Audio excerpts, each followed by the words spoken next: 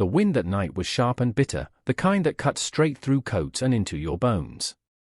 Snow had been falling since late afternoon, light at first, almost pretty.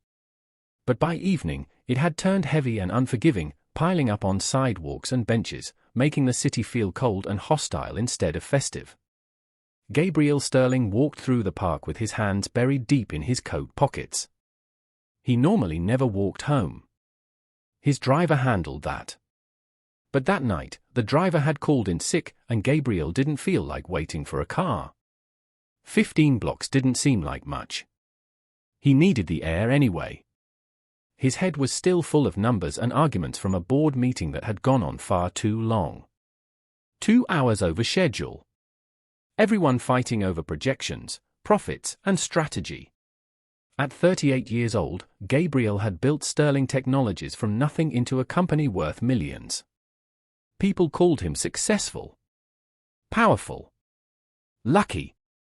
But as he walked alone through Henderson Park, none of that felt true. His life looked perfect from the outside. A penthouse apartment. A respected name. Money he didn't really think about anymore. But inside, his life felt hollow. Quiet. Empty. 3 years earlier, his marriage had fallen apart. His ex-wife had moved to California with their daughter, Emma. He saw Emma on holidays and during summer breaks, but most days, she was just a face on a screen.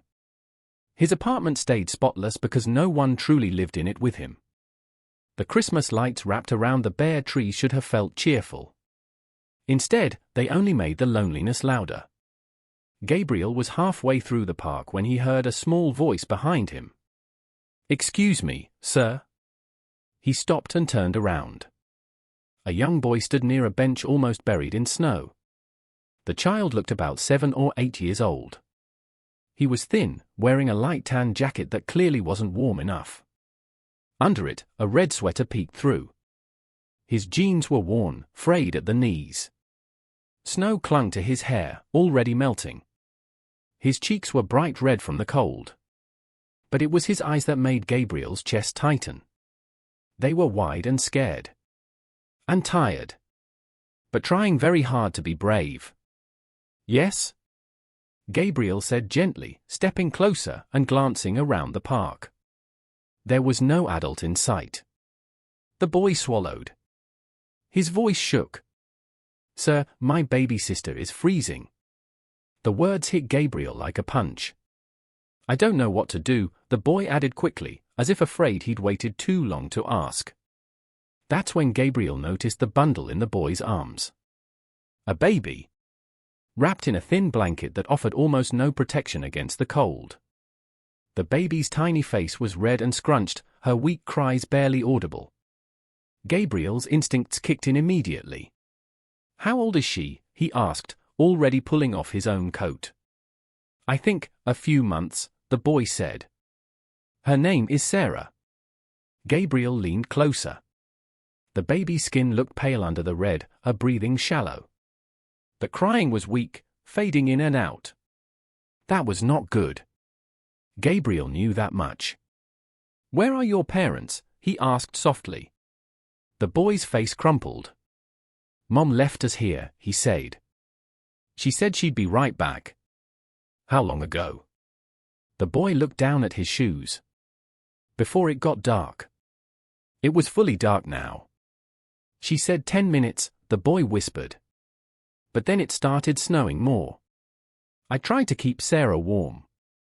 I really tried. But she won't stop crying. And now she's getting quiet." Tears finally spilled down his cheeks. Gabriel didn't hesitate. He wrapped his expensive cashmere coat around both children, covering them completely. The coat swallowed them, but that was a good thing. Warmth mattered more than appearance. "You did the right thing," Gabriel said firmly. "You did exactly the right thing." The boy looked up at him. "Is it bad when babies get quiet?" "Yes," Gabriel answered honestly. "But you found help. That matters." "What's your name?" Gabriel asked as he adjusted the coat. "Timothy. Everyone calls me Tim." Okay, Tim. I'm Gabriel. He looked the boy straight in the eyes. We're going to get you and Sarah somewhere warm right now. Will you come with me? Tim hesitated. Gabriel could see the fear fighting with desperation on the child's face. Every warning about strangers was probably screaming in his head. But Sarah whimpered softly, barely moving. Tim nodded. Okay. Gabriel picked Sarah up carefully, keeping her wrapped in the coat, and held her close to his chest. Tim walked beside him, gripping Gabriel's sleeve with one hand. They moved quickly through the snow-covered streets. How long were you sitting there? Gabriel asked as they walked. I don't know, Tim said. A long time. Did your mom take her phone? Tim nodded. She took everything. Gabriel's jaw tightened, but he said nothing. There would be time to think later. 6 blocks later, they reached Gabriel's building. The doorman, Marcus, stared as the doors opened. Mr. Sterling. Call my doctor. Emergency, Gabriel said without slowing. Then call the police. Tell them I found 2 abandoned children in Henderson Park. Yes, sir. In the elevator, Sarah stopped crying completely. Gabriel's heart raced.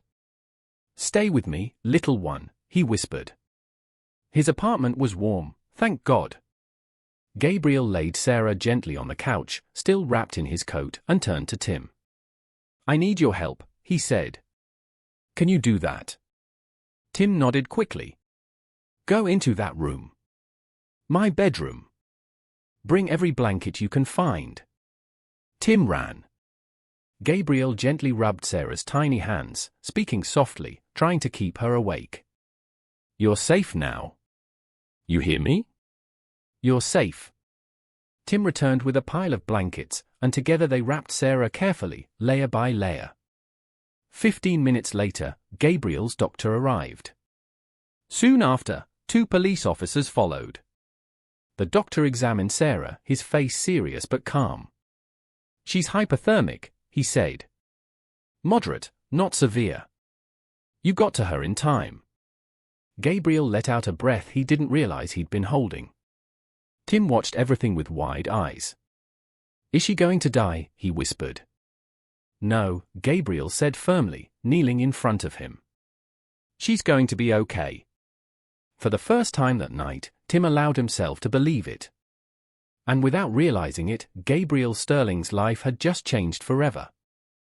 The ambulance lights washed the hospital walls in soft flashes of red and white as Gabriel followed the stretcher down the hallway. Sarah lay wrapped in warm blankets, tiny sensors clipped gently to her skin. The machines beeped steadily, a sound that was both comforting and terrifying. Tim walked beside Gabriel, holding onto his hand with surprising strength for such a small boy. His fingers were still cold, but he refused to let go. I'm right here, Gabriel said quietly. I'm not going anywhere. Tim nodded, but his eyes stayed locked on his sister. At the pediatric unit, doctors and nurses moved with calm efficiency. Sarah was taken into a room for monitoring. Tim stopped at the doorway, panic rising again. Can I stay with her? He asked. Yes, a nurse said kindly. You can sit right there. Tim climbed into a chair beside the crib, never taking his eyes off Sarah. Gabriel stood back, suddenly unsure of where he belonged in this scene. 24 hours earlier, hospitals had nothing to do with his life. Now, he was standing in one at midnight with 2 children he'd never met before. A police officer approached. Detective Chen. Her voice was steady but gentle. Sir, I'll need to ask a few questions. Of course. They stepped a few feet away, still within sight of Tim.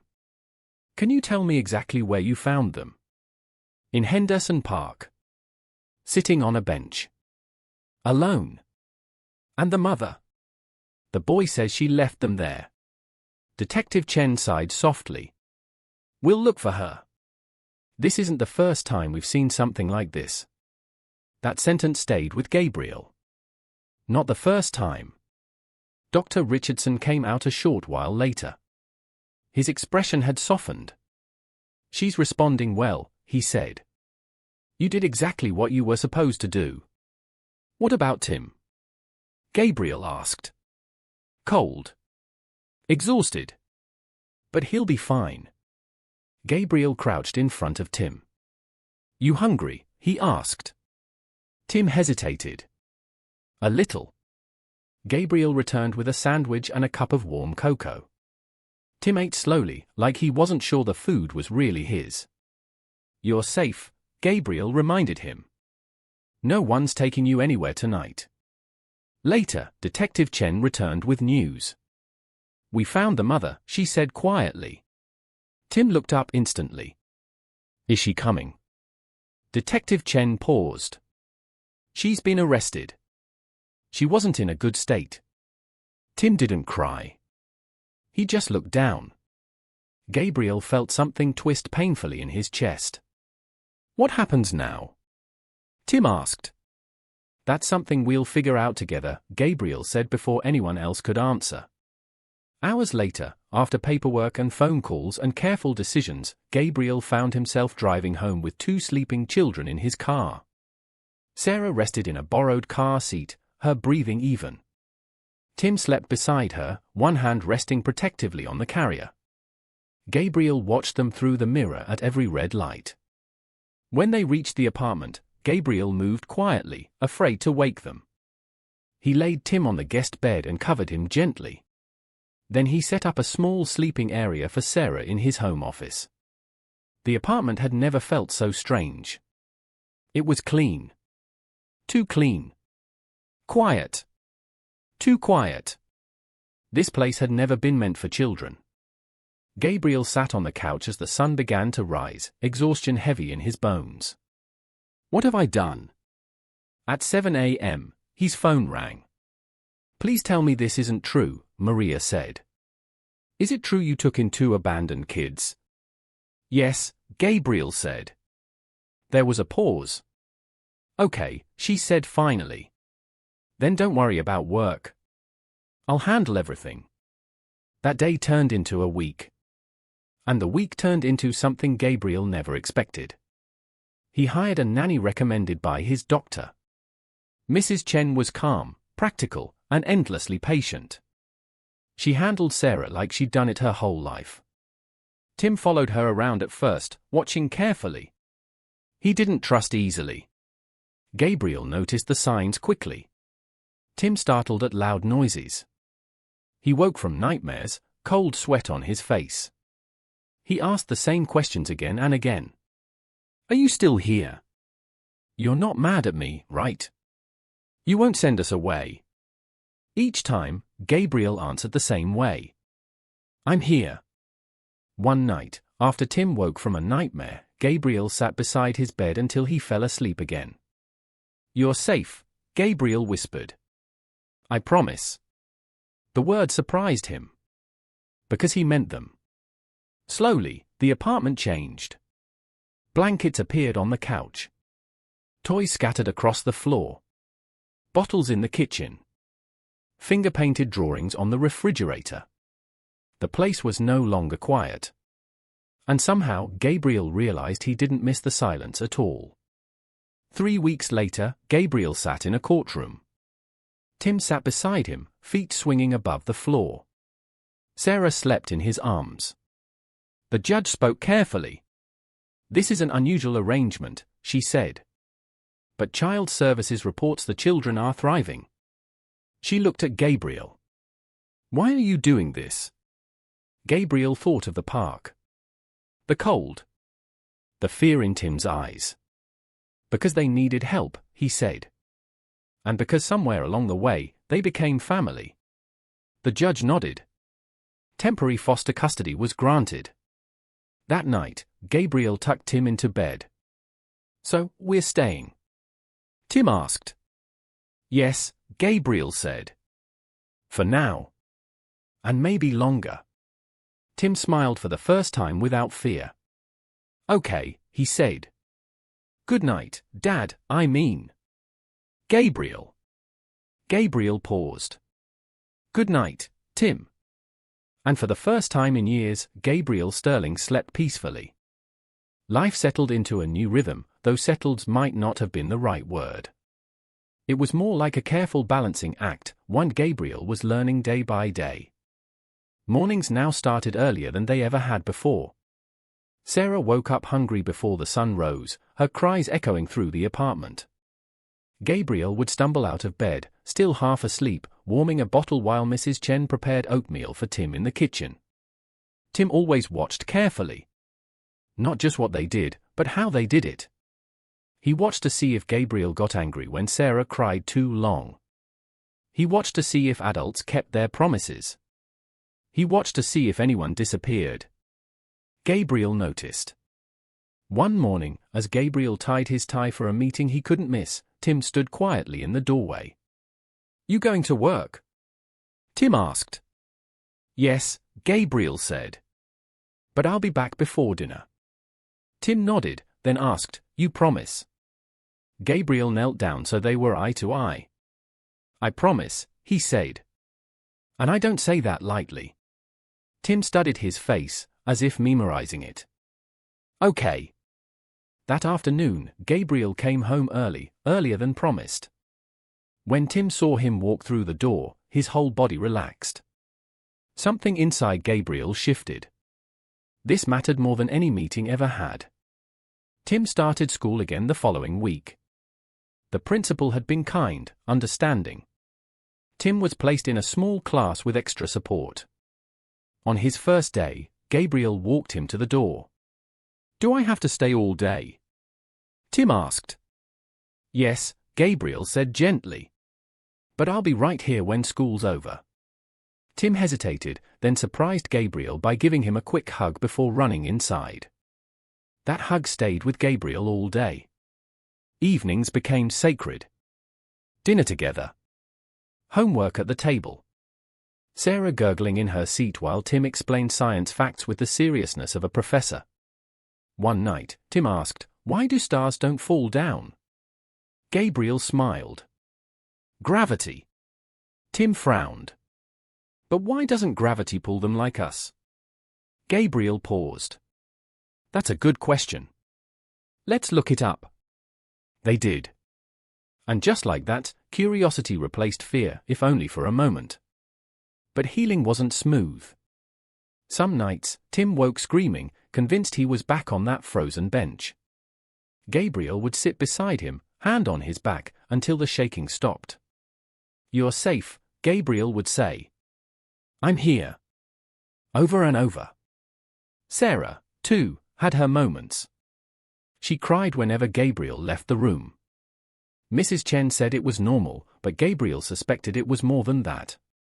They were learning how to trust again. One afternoon, Detective Chen visited with an update. "The mother is entering a rehabilitation program," she said. "She's asking about the kids." Tim listened quietly from the couch. "Will she come take us?" he asked.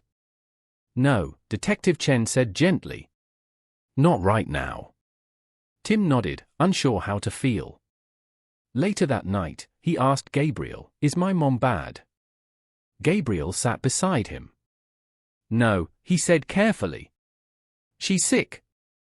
And sometimes sickness makes people do things that hurt the people they love." Tim stared at the floor.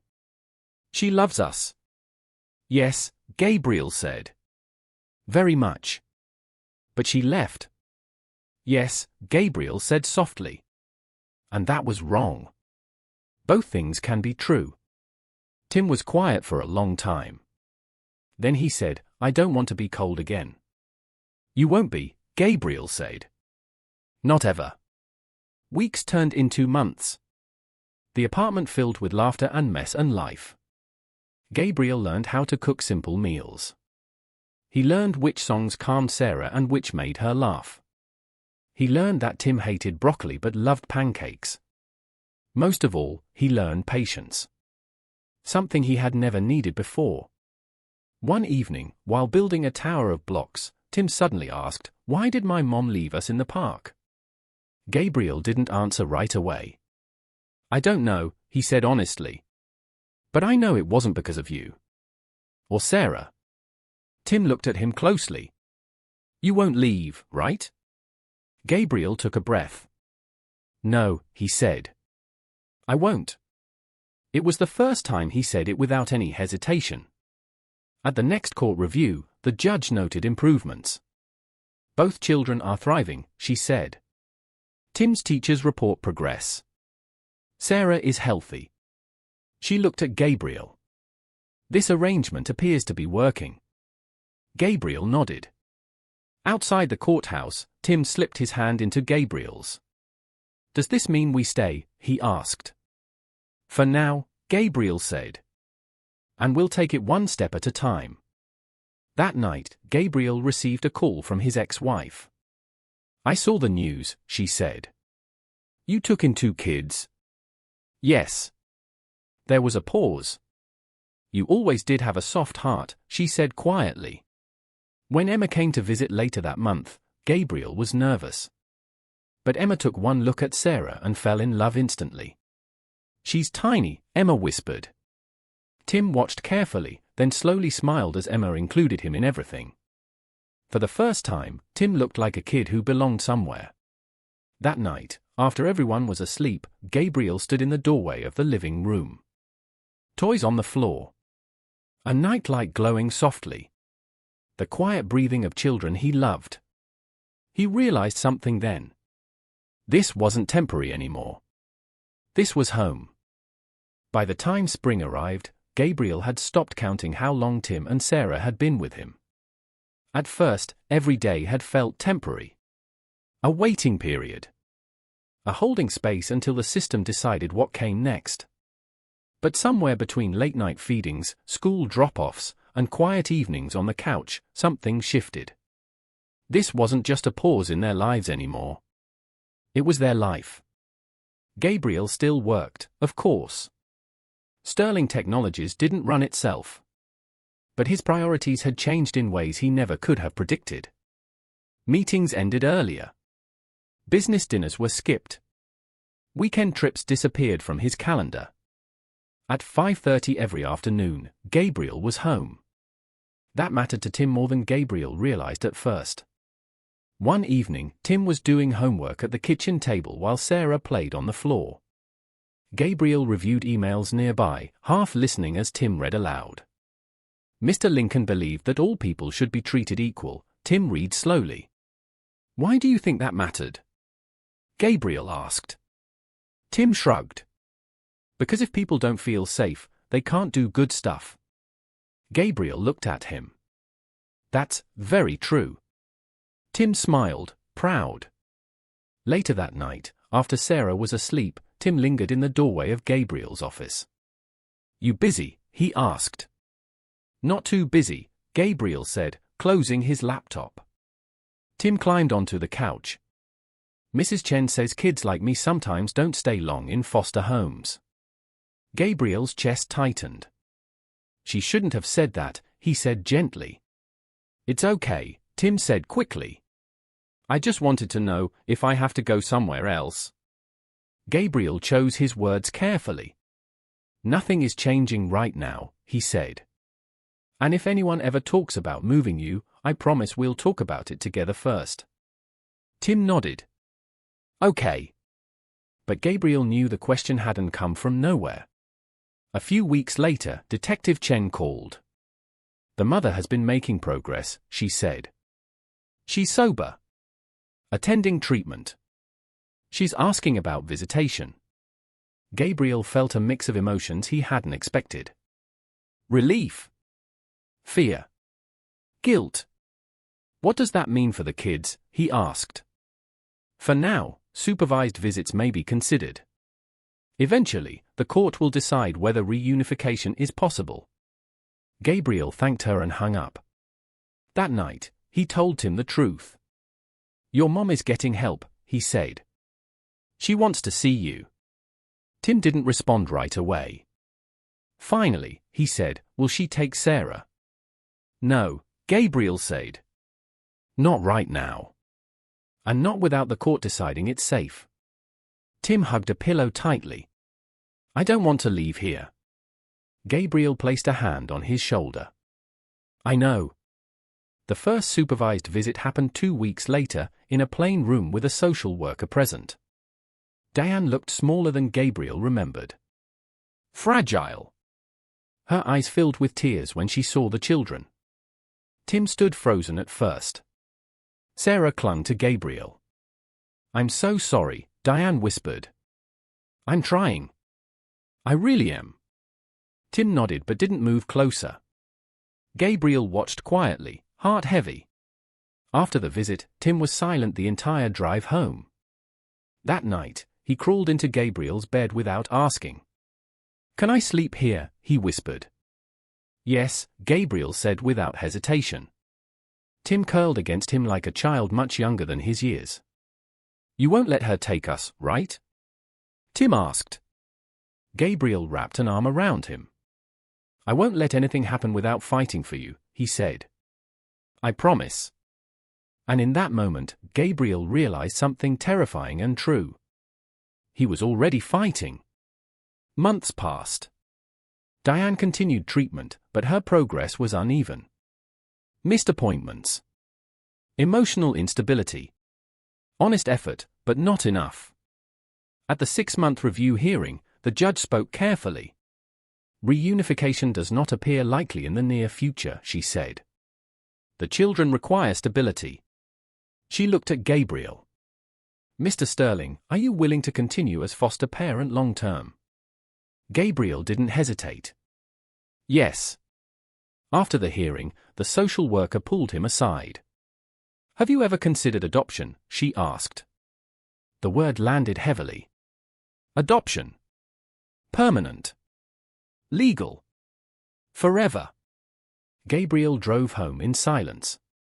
That night, after Sarah was asleep and Tim was building a model rocket at the table, Gabriel sat across from him.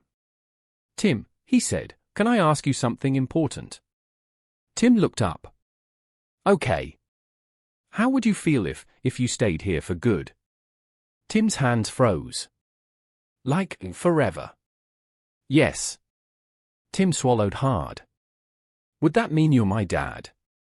Gabriel's throat tightened. "If that's something you'd want," he said, "I would be honored."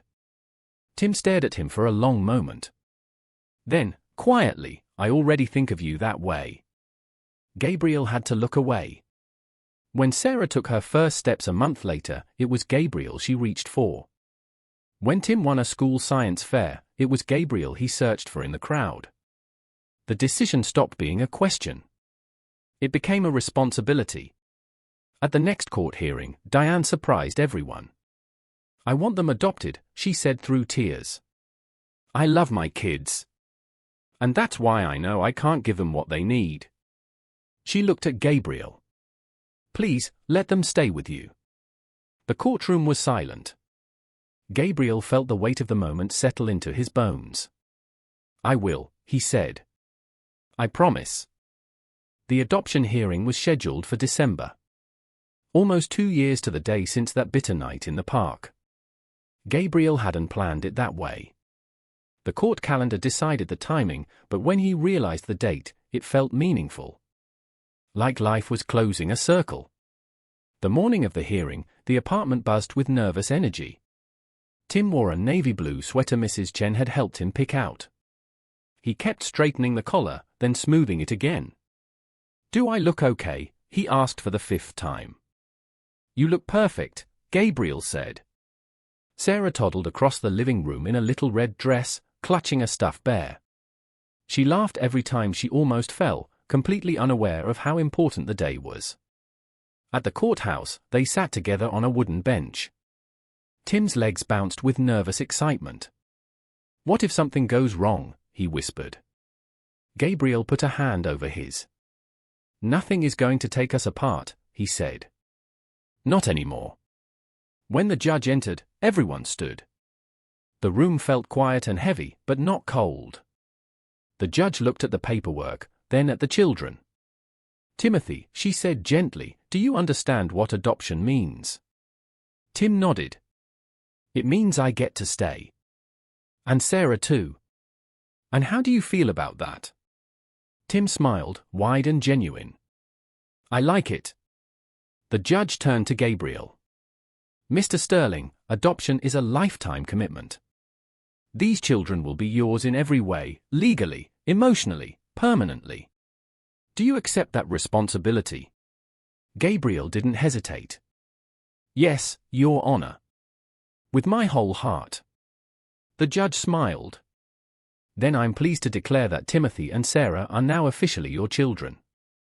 Tim let out a breath he'd been holding for years. Gabriel felt tears slide down his face and didn't bother wiping them away. Later that evening, back home, the apartment glowed with warm light. Christmas decorations filled the room. Not perfect. Not magazine-ready. Real.